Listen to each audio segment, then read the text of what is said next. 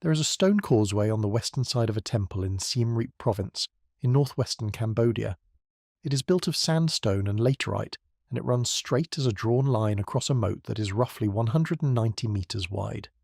If you stand at the far western end of that causeway on a particular morning in late March, near the spring equinox, and you look east toward the temple, you will watch the sun climb the sky and come to rest directly above the central tower. The alignment is not vague. The sun sits on the tip of the tower like a lamp set on a spire. In 1976, 3 researchers published a paper in the journal Science arguing that this was not an accident. They argued that the entire building had been laid out as an instrument, a thing for measuring time, the sky, and the structure of the universe as its builders understood it. The temple is called Angkor Wat. It is the largest religious monument on Earth by area. It was built in the early 12th century by a king named Suryavarman II, and almost everything about it that seems strange at first glance turns out, on inspection, to be deliberate. This is the story of what the measurements say, what the engineering underneath it reveals, and which of its questions are genuinely still open. Start with the stone itself, because the stone is where the verifiable facts begin. Angkor Wat is built primarily of sandstone, quarried from the foot of a plateau called Phnom Kulen, approximately 40 kilometres to the northeast. The blocks were almost certainly floated down a network of canals and rivers rather than dragged overland, and the total quantity of stone is large enough that it has been compared to the volume in the Great Pyramid at Giza. The temple sits inside a rectangular moat, and the outer enclosure runs roughly 1,000 metres east to west and a little over 800 metres north to south. At the centre rise 5 towers in a quincunx, one at each corner of a raised platform and one in the middle, taller than the rest. Those 5 towers are not decoration. In the cosmology the temple was built to express, they are Mount Meru, the mountain at the centre of the universe, home of the gods, surrounded by oceans and ranges of mountains. The moat is the cosmic ocean. The concentric galleries are the mountain ranges. The whole structure is a model of the universe rendered in sandstone, and the conventional dating of the building as a physical object places its construction in the decades around 1113 to 1150, the reign of Suryavarman II. But the system of time it encodes reaches back across spans the human mind can barely hold. The thesis of the 1976 paper, and of the work that followed it, is that those spans are not implied loosely. They are built into the distances between the stones, and they can be measured with a tape. That claim has been challenged. It has not been cleanly dismissed. No competing account fully explains the specific correspondences, and the building is still standing, available to anyone who wants to measure it. If you find that the standard guidebook version of an ancient site tends to skip the parts that are hardest to explain, if you suspect that some of the most interesting work on these monuments is sitting in old journal papers that almost no one reads, then this channel is for that kind of work. Subscribe only if that is the question you've been carrying. The rest of us will keep going. Here is what mainstream archaeology says about Angkor Wat, stated fairly, because the careful version is more interesting than the cartoon. The temple was commissioned by Suryavarman II, a king of the Khmer Empire in the first half of the 12th century. The Khmer Empire at that point was one of the great powers of Southeast Asia, a state centred on the Angkor Plain that at its height controlled territory across much of what is now Cambodia, Thailand, Laos, and southern Vietnam. The great epigrapher George Codes, working in the early 20th century, established the chronology of the Angkorian kings from inscriptions and identified Suryavarman II as the builder. Angkor Wat was dedicated not to Shiva, as most Khmer state temples had been, but to Vishnu, the preserver god of the Hindu Trinity. This is itself unusual, and tells scholars something about Suryavarman's particular devotion. The temple was almost certainly also intended as the king's funerary temple, the place where his identity would merge with the god after death. Codes noted that Suryavarman's posthumous name was associated with Vishnu's heaven, and the western orientation of the building, west being the direction of the setting sun, and in Hindu thought, the direction associated with Vishnu and with death, fits a funerary reading. The bas-reliefs that line the galleries depict scenes from the great Hindu epics, the Ramayana and the Mahabharata, alongside one panel that shows Suryavarman himself, seated in state, reviewing his army. So the orthodox picture is coherent and well documented.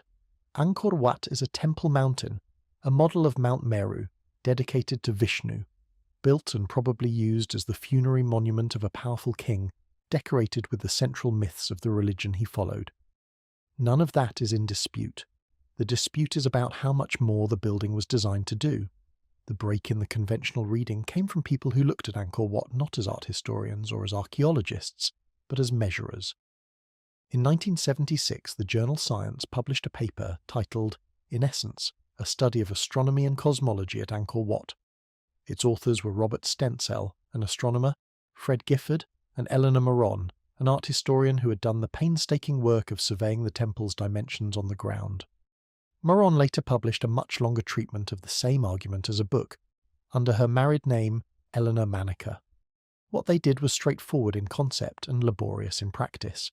They measured the temple, not in meters, but in the unit they believed its builders had used, a Khmer cubit, sometimes called the hat, equal to approximately 43.5 centimeters, roughly the length of a forearm, and when they expressed the major axial distances of Angkor Wat in cubits, they reported that certain of those distances matched specific, enormous numbers drawn from Hindu cosmology. To understand why that mattered, you have to understand the numbers. In Hindu cosmology, time moves in cycles called yugas, 4 ages that repeat. The first and longest is the Krita Yuga, the Golden Age, which lasts 1,728,000 years. The second is the Treta Yuga, 1,296,000 years. The third is the Devapara Yuga, 864,000 years. The fourth, and shortest, the Dark Age in which we are said to live, is the Kali Yuga, 432,000 years. Add them and you get a single Great Age, a Mahayuga, of 4,320,000 years. These are not arbitrary figures. They are the load-bearing numbers of an entire cosmology, and they descend by a fixed ratio of 4, 3, 2, 1. What Moron and Stenzel reported was that the lengths of certain corridors and axes at Angkor Wat, measured in cubits, reproduced these figures and their components. The distance along one axis would come out near a number that corresponded to one of the yugas. A causeway would measure a length that mapped onto the duration of a cosmic age. The temple, on this reading, was not merely a picture of Mount Meru. It was a model of cosmic time, with the durations of the ages laid out as physical distances you could walk. Stenzel and his colleagues are not fringe figures, and the venue matters. Science is one of the most rigorously reviewed journals in the world. A claim about ancient astronomy does not appear in it casually. The authors also documented the solar alignments directly. At the spring equinox, observed from the western entrance, the sun rises over the central tower. At the summer and winter solstices, the sunrise aligns with other features of the complex. The western orientation, which a funerary reading explains, also happens to be the orientation you would choose if you wanted the equinoctial sun to climb the main tower for an observer entering the temple. Their methodology was to survey, to convert to the ancient unit, and to compare the resulting numbers against a cosmological system that was already fully documented in Sanskrit texts long predating the temple. They were not inventing the yuga numbers to fit the building. The yuga numbers were fixed centuries before the first stone was laid. The question was only whether the builders had used them as a blueprint. Consider what it would mean if that reading is substantially correct.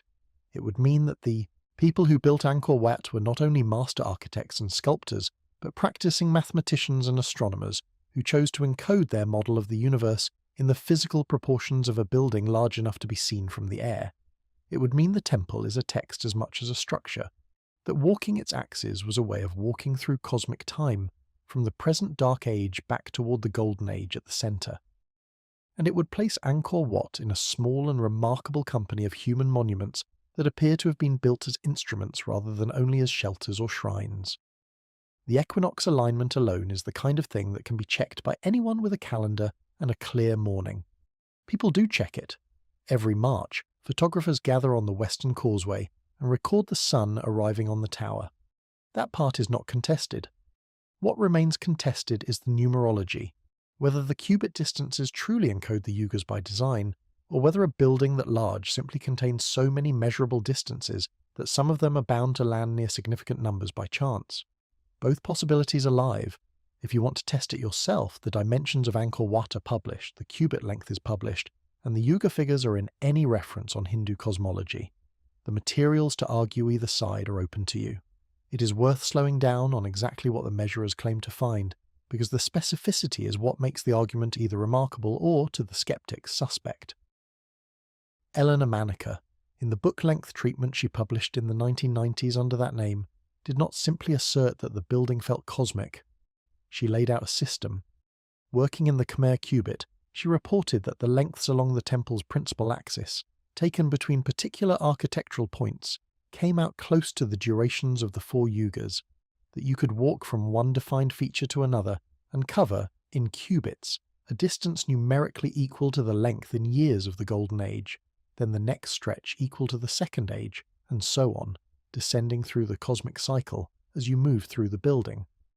She argued further that the temple encoded calendrical numbers as well as cosmic ones, that counts of repeated architectural elements, divisions of galleries, and numbers of steps and figures corresponded to the days of the solar year, the days of the lunar year, and the cycles by which the two are reconciled.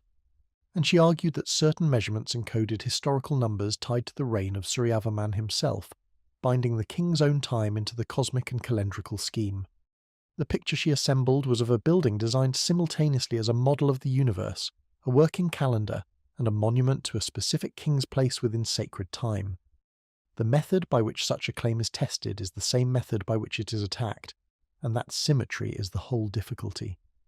To find these correspondences, you must choose which points to measure between. You must convert to a unit whose exact length in the 12th century is itself reconstructed rather than known with certainty, and you must decide how close a match has to be before it counts. Each of those choices is a place where the desire to find a pattern can quietly do the finding. The defenders answer that the choice is not arbitrary, that the points measured between are the architecturally meaningful ones, the entrances and the towers and the gallery boundaries that any builder would treat as significant, not points selected after the fact to make the numbers work. They answer that the cubit length is independently estimated from the building's own modular regularities, and they answer that the number of independent correspondences across yugas and calendar and reign is large enough that coincidence strains belief. The skeptics answer that large buildings are large, that meaningful numbers are common, and that the human eye finds faces in clouds. This is the genuine state of the question, and it is a more honest and more interesting place to leave a viewer than a false certainty in either direction. The solar alignments stand on firmer ground than the numerology, because they can be observed rather than calculated, and the original 1976 study reported several. The equinox sunrise over the central tower, seen from the western entrance, is the famous one and the one anyone can verify in late March. But Stenzel and his colleagues reported additional sightlines, alignments at the solstices between defined observation points in the temple, and features on the horizon, including towers of other monuments on the Angkor plain. They argued that the temple was positioned within a wider landscape of sightlines, that it spoke not only to the sun but to the other monuments around it, and to the turning points of the year. Some of these alignments are more convincing than others, and the solstice claims are more debated than the clean equinox observation. But the equinox alignment alone establishes the essential point that the orientation of Angkor Wat was chosen with the sun in mind. A building that catches the equinoctial sunrise on its central spire was not pointed west by accident, whatever else its measurements may or may not encode. The astronomy is real at its foundation. The argument is only about how far up from that foundation the deliberate design extends. That openness is the honest centre of this story, and it is worth being careful here, because this is exactly the point where it would be easy to tell you a more dramatic and less true version. The more dramatic version says that academia has buried the astronomical reading, that scholars refuse to engage with it, that there is a suppression. That is not what happened, and the truth is more interesting. The 1976 paper was published in the most prestigious general science journal in the world. Moron's book was published by a respected academic press. The work was engaged with, and the engagement included real, substantive skepticism, which is what good scholarship is supposed to produce. The strongest objection is a statistical one, and it deserves to be stated at full strength.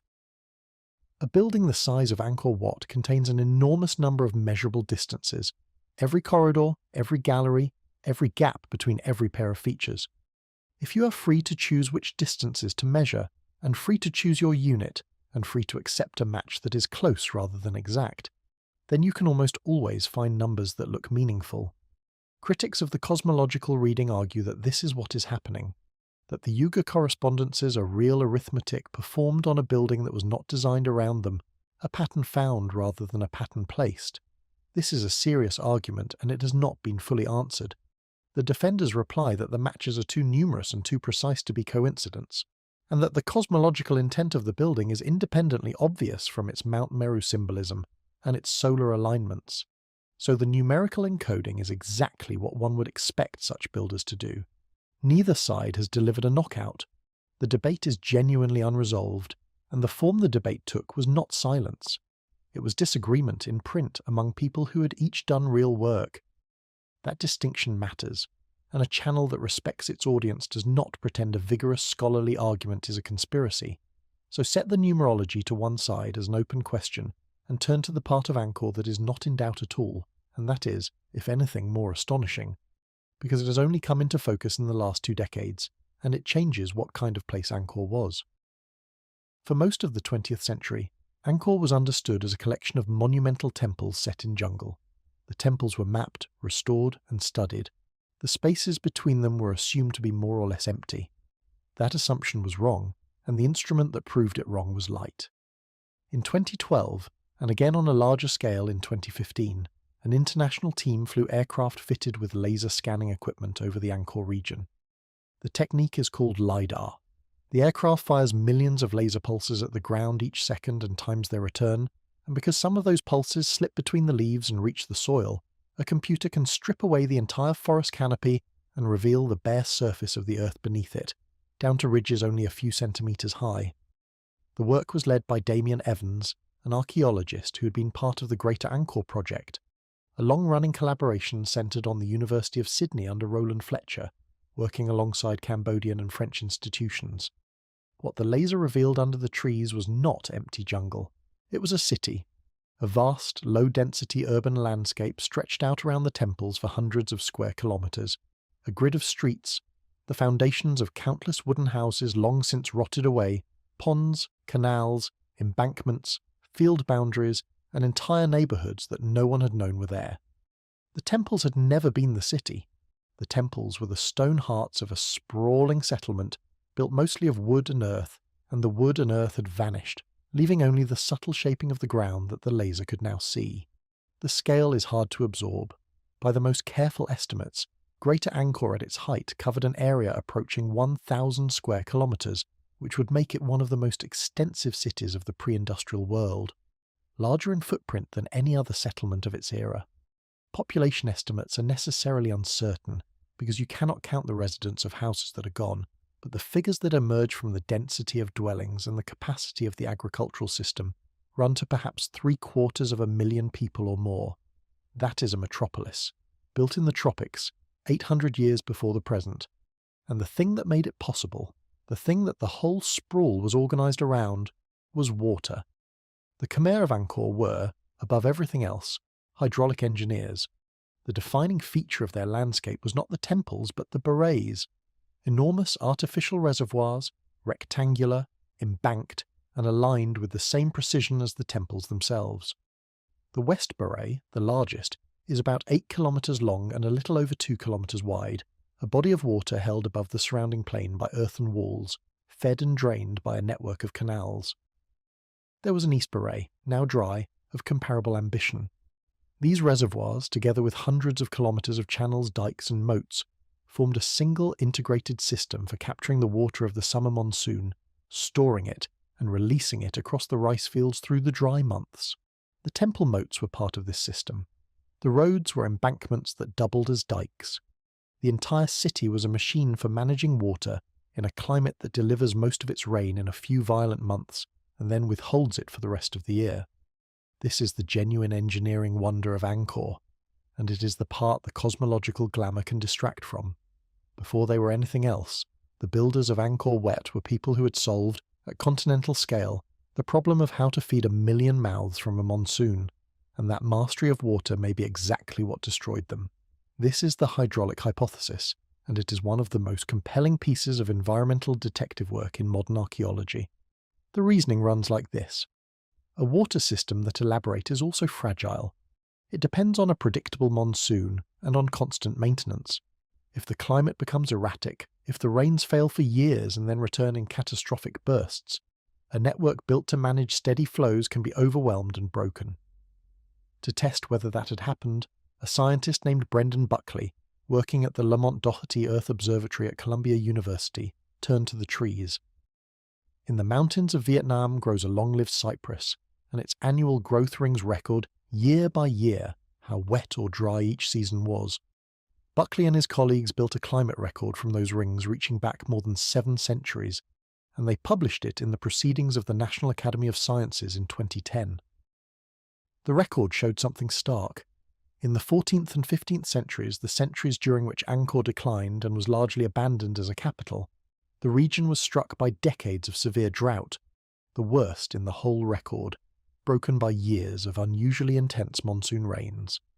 It was the precise combination that would wreck a hydraulic city: prolonged drought starving the reservoirs, then sudden deluges tearing through silted, weakened channels faster than they could be repaired.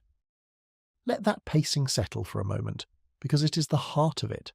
They built the water unbuilt them. The decline was not a single catastrophe, and the climate was not the only factor. Historians point to other pressures across the same period: the rise of competing powers to the west, shifts in trade toward maritime routes that favoured coastal cities over inland capitals, the spread of Theravada Buddhism with a different relationship to monumental kingship, and the immense ongoing cost of maintaining the temples and the waterworks. The picture that the Greater Angkor Project and the climate scientists have assembled together is not of a city struck down in an afternoon, but of a complex system under strain from several directions at once, with a brittle dependence on water that the climate then attacked directly. Angkor was never truly lost or empty, even after it ceased to be the imperial capital. Buddhist monks remained at Angkor Wat itself continuously. But the great hydraulic engine wound down, the population dispersed, and the forest moved back into the spaces the laser would one day strip bare again. The idea that Angkor lived and died by its water did not begin with the laser. It was proposed decades earlier by a French archaeologist named Bernard-Philippe Grolier, who spent much of his career at Angkor and who argued in the 1970s for what he called the hydraulic city. Grolier's thesis was that the great reservoir and canals were not merely religious symbols or ornamental lakes, but the working core of an irrigation economy that allowed Angkor to support an enormous population by growing rice through the dry season as well as the wet. His idea was bold and, for a time, contested almost to the point of rejection. Critics pointed out that the reservoir sat at elevations that made simple gravity irrigation of the surrounding fields difficult, and they argued that the braes were primarily symbolic, earthly images of the cosmic ocean around Mount Meru, rather than practical waterworks. The symbolic reading and the utilitarian reading fought to a standstill for years, and the question of what the braes were actually for became one of the central debates in Angkorian studies. This is worth pausing on. The argument was never settled by ideology. It was settled, to the extent it has been settled, by evidence pulled from the ground. The laser surveys of 2012 and 2015 reopened Grolier's case with overwhelming new data, and they largely vindicated his core intuition while correcting its details. What the LiDAR revealed was not a simple field irrigation grid, but something more sophisticated and more sprawling.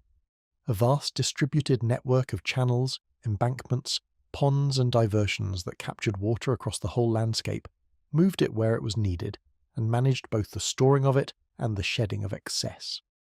The braes turned out to be the largest visible nodes in a water management system that reached into every neighbourhood. Grolier had been right that Angkor was, at its foundation, a hydraulic engine, even if the exact mechanics differed from what he had imagined. And the new data made the fragility argument sharper. A system that vast and that interconnected had no single point of control and a great many points of failure. Every embankment was a thing that could breach. Every channel was a thing that could silt up. A network engineered over centuries to handle a reliable monsoon was, by its very completeness, exquisitely vulnerable to a monsoon that stopped being reliable, which is exactly what the tree rings say happened in the 14th and 15th centuries. The laser also did something stranger than mapping the city around Angkor Wat. It found another city that almost no one had ever seen. On the plateau of Phnom Kulen, the same heights where the empire is said to have been founded in the early 9th century, the survey revealed the buried outline of an early capital, a planned urban grid with the foundations of streets, water features, and structures, hidden beneath the forest, and largely unknown to modern archaeology. It corresponds to a city named in the inscriptions, a capital associated with the founding king, and its rediscovery by laser confirmed that the Khmer had been building cities on a deliberate grid plan from very near the beginning of the empire. The find rewrote the early chapters of Angkorian urbanism in a single survey season. It meant the sophistication revealed around Angkor Wat was not a late flowering, but the mature form of a planning tradition that reached back to the empire's origins on the mountain. The forest had been keeping an entire founding city secret, and the only thing that could see through the canopy was a beam of light timed to a fraction of a second. What the laser taught in the end is a lesson about how much remains unseen even at the most studied monument in Southeast Asia. Angkor had been mapped, surveyed, photographed, and walked by scholars for more than a century. It was one of the best documented archaeological landscapes on the planet, and a single new instrument, flown overhead for a few weeks, multiplied the known extent of the settlement many times over and added a lost capital to the map. The temples were never the city. The city was the thing the temples stood in, and almost all of it had been invisible because it had been built of wood and earth, and then reclaimed by the forest, leaving only the faint sculpting of the ground that the human eye on the ground could not read but the laser from the air could. That is the corrective at the heart of modern Angkor studies. The mystery was never that the place was too advanced to explain. The mystery was how much of an ordinary, sophisticated, enormous human city had simply gone unseen for want of a way to look. Stand inside the temple now and read what is on its walls, because the bas-reliefs are a second kind of evidence, as deliberate as the measurements, and they are open to anyone who can walk past them slowly. The galleries of Angkor Wat carry some of the longest continuous carved narratives in the world, and the most celebrated of them runs along the Eastern Gallery. It depicts the churning of the ocean of milk, one of the central creation myths of Hinduism. In the story, the gods and the demons agree to cooperate briefly to churn the cosmic ocean and extract from it the Amrita, the nectar of immortality. They use a mountain as the churning stick and a vast serpent as the rope, wrapped around the mountain, and they pull it back and forth, the demons on one side, the gods on the other, while Vishnu, in the form of a great turtle, supports the base of the mountain so it will not sink. The relief shows this exactly. By the usual count, there are 92 demons hauling on the head of the serpent and 88 gods on the tail, a line of straining figures running for roughly 49 meters of carved sandstone, with the serpent stretched between them and Vishnu presiding at the center. It is a depiction of cosmic effort, of order being wrung out of chaos through enormous shared labor, and it is not hard to see why a king who had organized 1 million people to wring rice out of a monsoon might have found that particular myth worth carving at that length. The other galleries are no less dense. One depicts the Battle of Kurukshetra, the climactic war of the Mahabharata, with infantry and chariots and the named heroes of the epic locked together in a single seething panel. Another shows the Battle of Lanka from the Ramayana, the army of monkeys assaulting the fortress of the demon king. One gallery is given over to the judgment of the dead, presided over by Yama, the god of death, with the souls of the righteous carried toward the heavens above and the damned dragged down through a series of distinct and grimly specific hells below. And one panel, set apart from the mythology, is historical. It shows Suryavarman II himself, the builder, seated on a mountain in royal state, and then it shows his army on the march, rank upon rank of soldiers, officers on elephants, each great figure once labelled with a short inscription naming who he was. It is one of the only contemporary portraits we have of the man who ordered the whole thing built. The carving is a roster of a 12th century Khmer army, frozen mid-procession, and the inscriptions that name the commanders are still legible. The Gallery of Judgment deserves a longer look, because it is the most psychologically vivid thing in the temple, and because it carries an argument inside it. Along the southern gallery, the relief divides into registers. In the upper levels, the blessed dead are carried in palanquins toward a series of heavens, serene and ordered. Below, the damned are dragged downward through a sequence of distinct hells, each one set aside for particular sins and each one rendered with grim specificity. The torments are individuated, matched to the offences, and labelled. By the counts usually given, the carving lays out something on the order of 36 heavens above and a comparable number of hells below, presided over by Yama, the god of death, who weighs each soul and assigns it upward or downward. It is A complete moral cosmos carved into a wall, a map of what the Khmer believed awaited a person after death, and its presence in a temple that may have been built as a king's funerary monument is not likely to be a coincidence. A king preparing his own passage into the realm of the god would have good reason to surround himself with the full machinery of judgment, heaven, and hell. The direction in which the galleries are meant to be read is itself a clue, and it is one of the quieter pieces of evidence for the funerary interpretation. Scholars who have studied the arrangement of the reliefs have noted that they are composed to be viewed by a visitor moving counterclockwise around the temple, keeping the wall on the left. In ordinary Hindu practice, the sacred is circled clockwise, keeping it on the right. The counterclockwise direction is the reversed inauspicious orientation associated specifically with rites for the dead.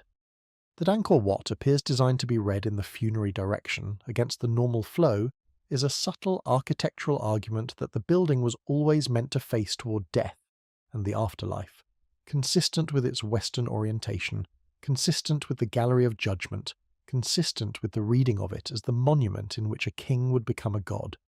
None of this is shouted. It is built into the very order in which a body is expected to move through the space, and it took careful modern study to read it back out of the stone. Not every surface was finished, and the incompleteness is its own kind of testimony. Some of the bas-reliefs of Angkor Wat were never carved to completion in the 12th century, left as blank prepared surfaces or as outlines, and portions of the narrative galleries were only finished centuries later, in the 16th century, by hands working in a recognisably different and later style. The temple was a living monument across its whole history, added to and altered and completed in stages by people separated from its founders by hundreds of years. That too argues against the image of a single sealed masterwork dropped intact onto the plain. Angkor Wat was worked on, worshipped in, repaired, and added to continuously, a building that generations inherited and continued rather than a finished puzzle left behind by a vanished hand. The unfinished panels are a reminder that the people who built it were people working through an enormous project across decades, running out of time, leaving some walls for their descendants, exactly as builders of cathedrals did on the other side of the world in the same centuries. There is even colour hidden in the stone, though you cannot see it with the naked eye. In 2014, a researcher named Noel Hidalgo Tan, working with photographs of the temple walls, applied a technique that digitally amplifies faint differences in colour, and found that many surfaces of Angkor Wat had once been painted.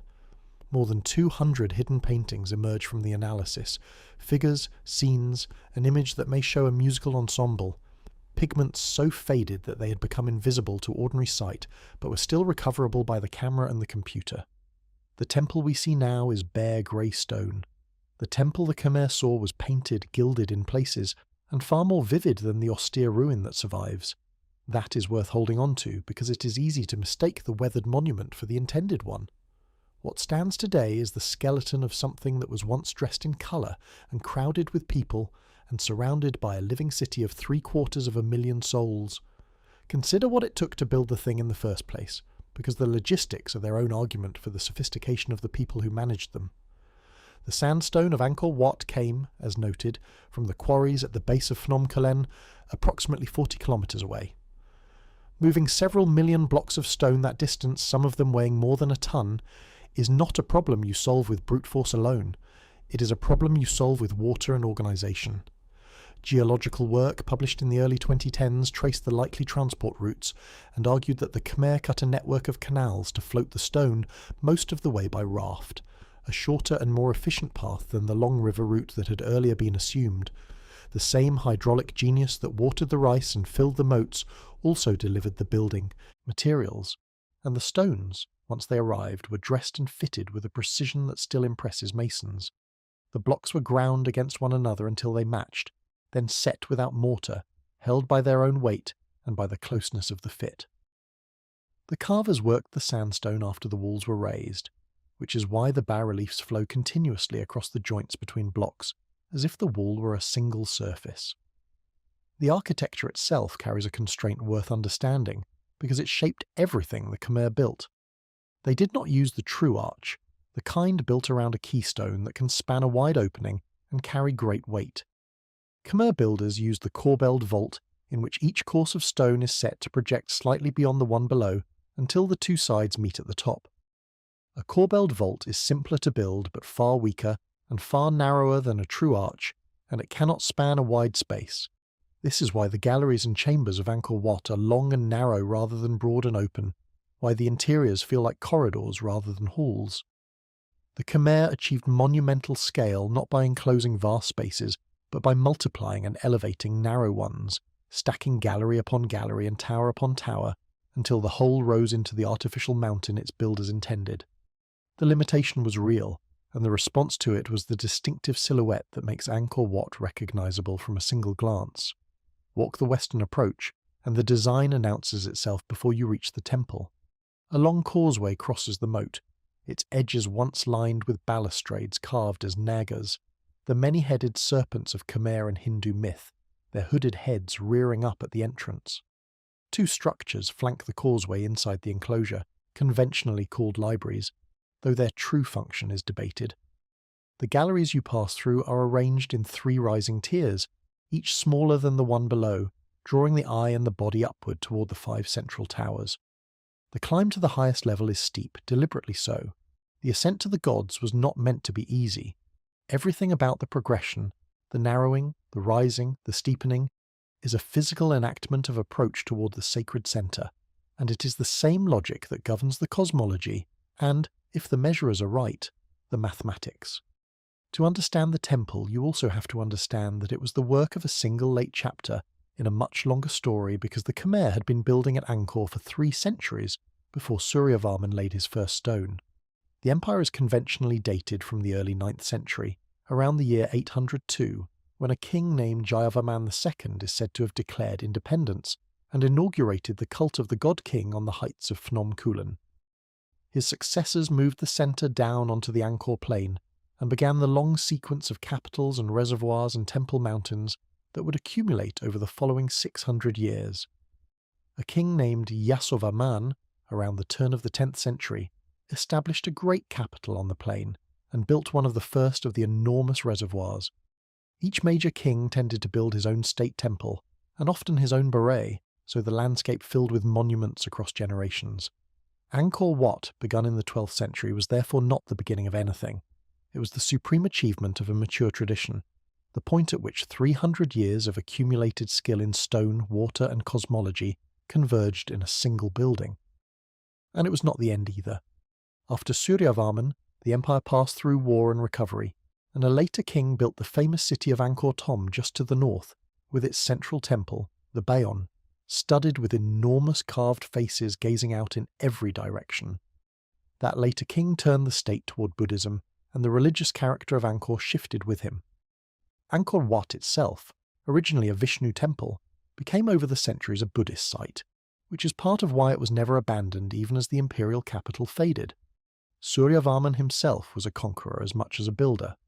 The inscriptions and the reliefs record a king who came to power by force and who launched campaigns against the neighbouring kingdom of Champa, in what is now central Vietnam, and against the Vietnamese state to the north. He appears to have died around the middle of the 12th century, possibly during or after a military campaign that did not go well. The historical procession carved into the southern gallery, the one that shows him enthroned and then shows his army marching, is the contemporary record of the warrior king who ordered the largest temple in the world and dedicated it to the god he hoped to join after death. A generation after his death, the kingdom of Champa struck back and sacked Angkor itself, and it was the king who recovered the capital from that humiliation who would go on to build Angkor Thom and the Bayon. So Angkor Wat stands at a hinge in the empire's history, the last and greatest monument of the old Hindu order, before the wars and the turn toward Buddhism that followed. The single most valuable description of Angkor as a living city comes not from the Khmer themselves, whose secular records were written on perishable materials and have largely vanished, but from a foreign visitor. Around the year 1296, a Chinese diplomat named Zhou Daguan arrived at Angkor as part of an embassy from the Mongol court that then ruled China, and he stayed for nearly a year. When he returned home, he wrote an account of what he had seen, a document that survives and that has been translated into modern languages, and it is the closest thing we have to a photograph of Angkor at the end of its great age. Zhou Daguan described a city of wealth and ceremony. He described the royal palace with its gilded tower, the processions of the king beneath a forest of parasols, the markets run largely by women, the houses ranked by status, the festivals through the year, the system of justice, the customs of marriage and death. He wrote about the ordinary texture of life with a reporter's eye, what people ate, how they bathed, how they dressed. Reading him is the one way we have of standing in the streets that the laser would later reveal as faint shadows in the soil. The neighborhoods the LiDAR mapped as ghostly grids were, in Zhou Daguan's pages, full of people, noise, trade and ritual, a functioning metropolis at the moment just before its long decline began. Return to the temple walls one more time, because there is a population carved into them that is easy to walk past. Across the surfaces of Angkor Wat are carved nearly 2,000 individual female figures, devatas and apsaras, celestial women, no two of them quite alike.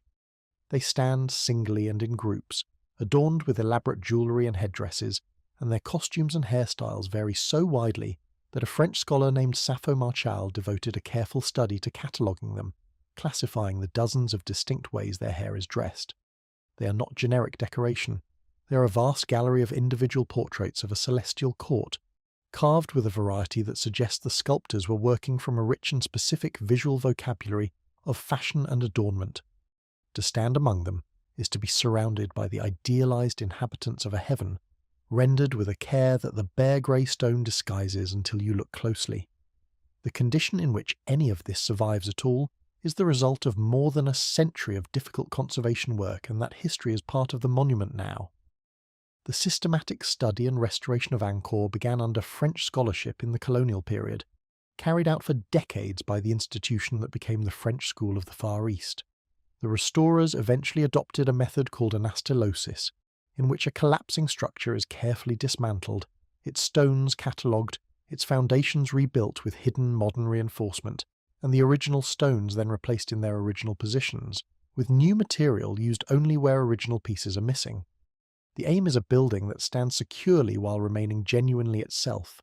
That patient work was interrupted by decades of war and revolution in Cambodia in the later 20th century, during which Angkor lay in or near a conflict zone. Restoration largely halted, and the region became dangerous with the debris of war. Some of the monuments bear marks from that period. Many sculptures were looted and trafficked, and the recovery and return of stolen Khmer artifacts continues to this day. When peace returned, international teams resumed the work alongside Cambodian conservators, and Angkor was placed on the list of World Heritage Sites in danger before being stabilised. The temple you can visit now is the product of that long, interrupted and still continuing effort, and the fact that it stands intact enough to be measured, photographed and walked is itself an achievement of the modern era, not only the medieval one. Angkor Wat is so central to Cambodian identity that it appears on the national flag, the only building in the world to occupy that place on a country's flag. Knowing all that, return to the question of how Angkor came to be described as a lost city rediscovered, because that story is itself a piece of evidence, and it is not true in the way it is usually told. The popular version says that Angkor was swallowed by the jungle and forgotten for centuries until a French naturalist named Henri Mouhot stumbled upon it in 1860 and revealed it to an astonished world. Mouhot was real. He did reach Angkor around 1860. He was awed by it. He wrote vivid descriptions, and he died of fever in Laos not long after, his journals published in Europe in the years just after his death. But Angkor was never lost. It had never stopped being known to the people who lived around it, and it had been visited and described by outsiders for centuries before Mouhot arrived. A Chinese diplomat named Zhou Daguan spent nearly a year at Angkor around 1296, when the city was still a functioning capital, and wrote a detailed account of its customs, its markets, its rituals, and its daily life that remains the single most valuable eyewitness description of Angkor at its height. In the late 16th century, around 1586, a Portuguese friar named Antonio da Madalena visited the temple, and his account was recorded by a Portuguese historian. In 1632, a Japanese pilgrim named Okondayu Kazufusa came to Angkor Wat believing it to be a famous sacred garden from the life of the Buddha, and he carved an inscription recording his visit that you can still find on a pillar of the temple. Mouhot himself never claimed to have discovered Angkor. He recorded that local people guided him to it and told him about it. The story of the lost city found by a lone European is a colonial-era flattening, a narrative that erased the Cambodians who had always known their own monument, the Buddhist monks who had never left it, and the long succession of Chinese, Portuguese and Japanese visitors who had described it across 600 years. The honest history is that Angkor was continuously known, and that its supposed rediscovery was mostly a matter of which audience was being told about it for the first time. The way Angkor entered the Western imagination after Muhot's journals appeared is part of this same pattern, and it shaped how the temple has been seen ever since. Once Cambodia came under French control, the imagery of Angkor flooded into Europe. Conservators took plaster moulds and casts of its sculptures and reliefs, and these copies travelled to museums and exhibitions far from Cambodia. At the great colonial expositions held in France in the early 20th century, the spectacle reached its height. For the International Exposition staged in Paris in 1931, the organisers built a vast reproduction of the central towers of Angkor Wat as a pavilion, a full-scale stage-set version of the temple, raised in a European park for crowds who would never see the original. Millions of visitors walked through a plaster Angkor and carried away an image of it as an exotic marvel, a jewel of a far-off empire, a thing produced for display. That framing Angkor as spectacle, as the crown of a colonial possession, as a mystery brought to light by European attention, settled deep into the popular picture of the place and proved hard to dislodge. It is worth naming because it is the soil in which the wilder stories grow. A monument that has been presented for a century as an exotic enigma, severed in the popular mind from the living civilization that built it, is a monument that invites invented explanations. The corrective is the same as it has been throughout this account. The Khmer built Angkor. The Khmer knew it, used it, and never lost it. The plaster copies in European halls were always copies of a real building made by real people who are still living beside it, and the truest thing one can do with the monument now is to return it, in the imagination, to the hands and the minds that actually raised it. This pattern, where a sophisticated non-European civilization is recast as a mystery or a discovery, is worth dwelling on because it shapes how monuments like this get talked about. The framing that treats Angkor as inexplicable, as too advanced for its builders, as a puzzle requiring outside intervention to solve, is a framing that quietly removes the Khmer from the story of their own achievement. The truth requires no outside intervention and is more impressive for it. The Khmer measured the heavens, organised labour at the scale of a modern city, engineered water across an entire landscape, and encoded their cosmology in stone with a precision we are still arguing about. They did this themselves, with their own mathematics and their own astronomy and their own hands, and the surviving inscriptions, the surviving reliefs, and now the laser maps of their vanished neighbourhoods are the record of it. There is no gap in the explanation that requires filling with anything but admiration and more research.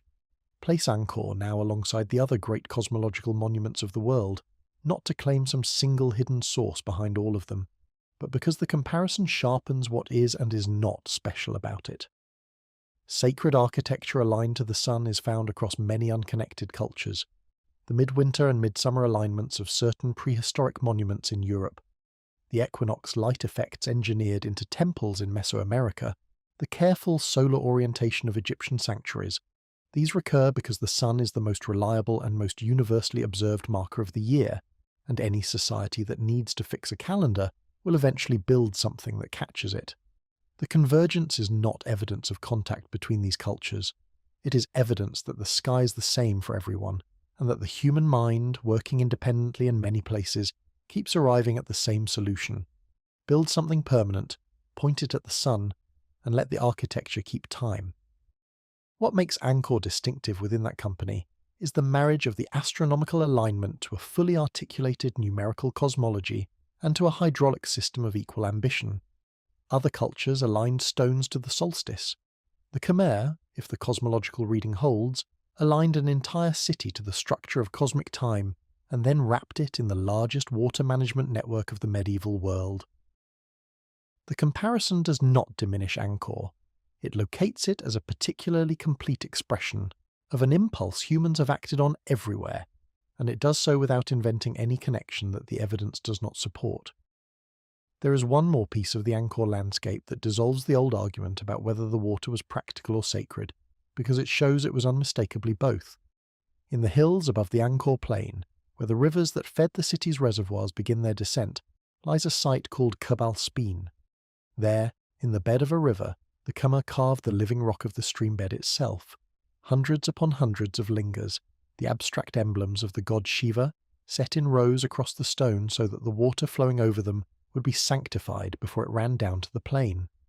They carved images of the gods into the riverbed as well, reclining figures of Vishnu, the trinity of the great gods, all of it underwater, all of it meant to be passed over by the current. The purpose is unambiguous once you grasp it. The water that irrigated the rice and filled the moats, and reflected the towers of Angkor Wat was first made holy at its mountain source, blessed by passing over the symbols of the gods, so that the entire hydraulic system carried a religious charge from the headwaters down. This is the answer to the long debate about whether the brays were utilitarian or symbolic. They were both, completely and at once, because for the people who built them there was no line between the two.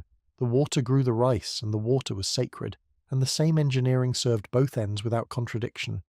Kubal Speen makes that visible in carved stone you can still wade out to and touch. That fusion of the practical and the cosmic is the genuine signature of Angkor, and it is the right frame for any cross-cultural comparison, because the useful parallels are the ones that share it, rather than the ones that share a surface motif. Look across the Bay of Bengal to ancient Sri Lanka, where for more than 1,000 years before and during the Angkorian period, a civilization centred on great cities built one of the most extensive networks of artificial reservoirs in the pre-modern world. Sri Lankan kings constructed enormous tanks, embanked lakes that stored the monsoon for the dry season, and one of them is remembered for the principle that not a drop of rain should be allowed to reach the sea without first serving humanity. That society, like Angkor, married monumental religious architecture to monumental hydraulics, sanctioned both by sacred kingship and sustained dense populations in a climate of seasonal rain. It is a true parallel, grounded in evidence, and it tells us that the Khmer were not unique in their solution, but were part of a broader South and Southeast Asian pattern of hydraulic civilizations that read the management of water as both an economic and a religious act. Look further, across the Pacific, to the Maya of Central America, and the parallel sharpens into something almost uncannily close, though the two civilizations had no contact whatever. The Maya, too, built monumental ceremonial centers in a tropical landscape of seasonal rain.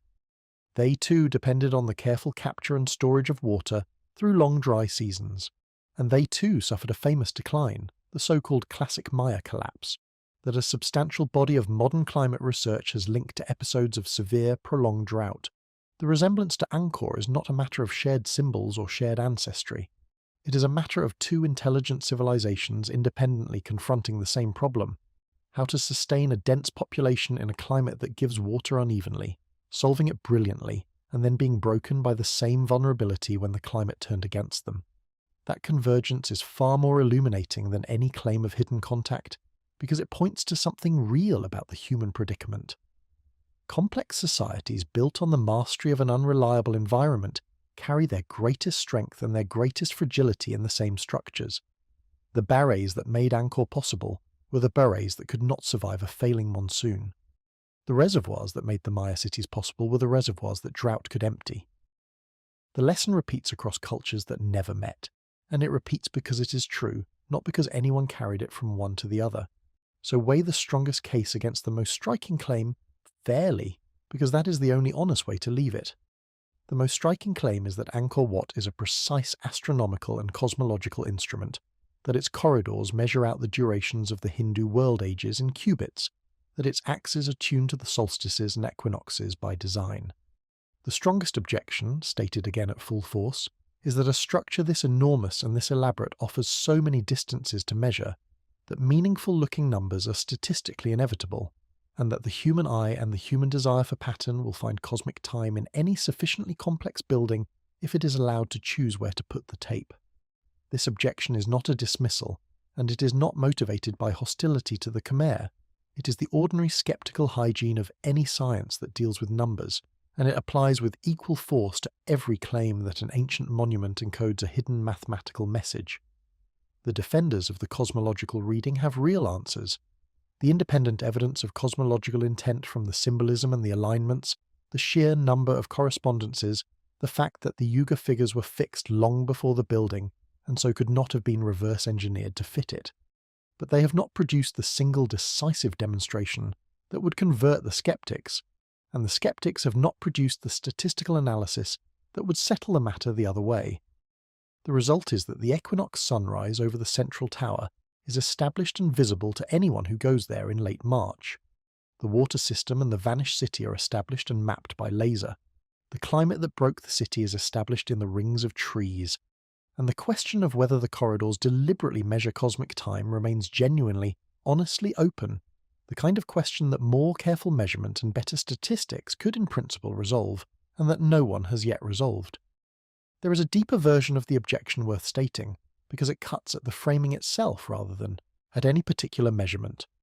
The risk in calling Angkor Wat an instrument is that the word can quietly demote what the building unquestionably was. Angkor Wat was, first and beyond all dispute, a religious monument and a royal one, a temple to Vishnu, a model of the sacred mountain, a place of worship and procession, and very likely the funerary home of a king's deified spirit.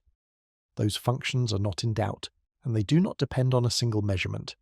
The danger of the astronomical reading in its more enthusiastic forms is that it can make the cosmology sound like a hidden code smuggled into the stone, a secret to be cracked, when in fact the cosmology was the open and declared purpose of the entire building.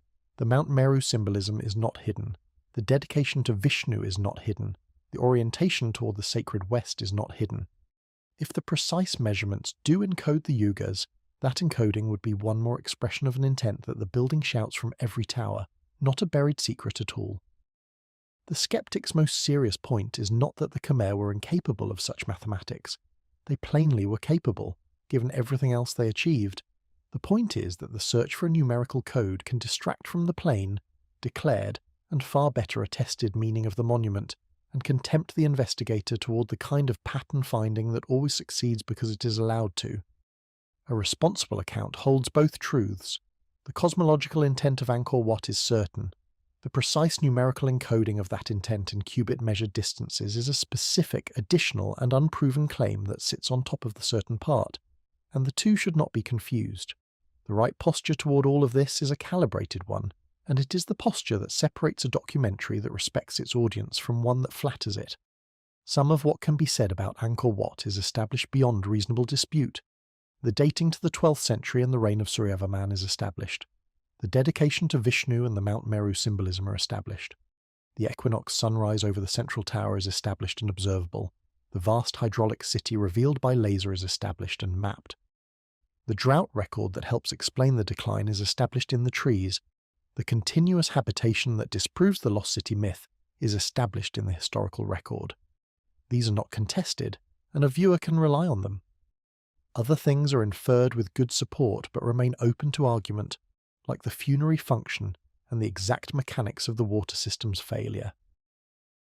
And one striking thing, the deliberate numerical encoding of cosmic and calendrical time in the building's precise measurements, remains genuinely unresolved, a real scientific question with evidence and serious people on both sides, and no decisive answer yet. To run those three categories together, to present the unresolved numerology with the same confidence as the observable sunrise, would be to mislead. To dismiss the numerology as crankery would be equally wrong, because it was published in the most serious venue and engaged with by serious scholars. The honest stance is to hold each claim at the confidence its evidence supports, and to say plainly which is which. That is harder than certainty in either direction, and it is the only stance that will survive a viewer who goes and checks. What would it change if the cosmological reading were one day confirmed beyond reasonable doubt? It would change how we rank the intellectual achievement of the Khmer, placing them firmly among the small number of civilizations that built working models of their universe at architectural scale. It would change how we read other Khmer temples, sending surveyors back to measure them in cubits against the same cosmological numbers. And it would deepen, rather than replace, the picture that the laser and the tree rings have already given us, of a people who were simultaneously theologians, astronomers, mathematicians, and the finest hydraulic engineers of their age. None of that requires the building to be older than it is, or built by anyone other than the Khmer, or connected to any civilization across the world. The conventional dating to the reign of Suryavarman II stands. The achievement is entirely Khmer. The only thing in question is the upper bound of how much that achievement contained, and that is a Thrilling question precisely because it is answerable in principle and unanswered in fact. The temple is in Siem Reap province in Cambodia, and you can walk its western causeway tomorrow if you choose to. The paper that argued for its astronomical design appeared in the journal Science in 1976 under the names of Stencil, Gifford and Moron, and you can read it. The laser maps that revealed the lost city beneath the forest were made by the Greater Angkor Project and its partners in 2012 and 2015, and the findings are published. The record of the droughts that may have ended the city is written in the rings of cypress trees and was published in the Proceedings of the National Academy of Sciences in 2010. The hidden paintings were recovered in 2014, and the images exist. The eyewitness account of the living city was written by Zhou Daguan around 1296 and survives in translation. Every name in this account is a real person, every monument is a real place, and every disputed claim has been marked as disputed. What the corridors of Angkor Wat measure, and whether the people who laid them out meant to write the durations of the world, ages into the distances between the stones, is the question that has not been settled. It has been open since 3 astronomers first put a tape measure to the temple half a century ago. The sun still climbs the central tower at the equinox, the moat still holds. The question is still open now,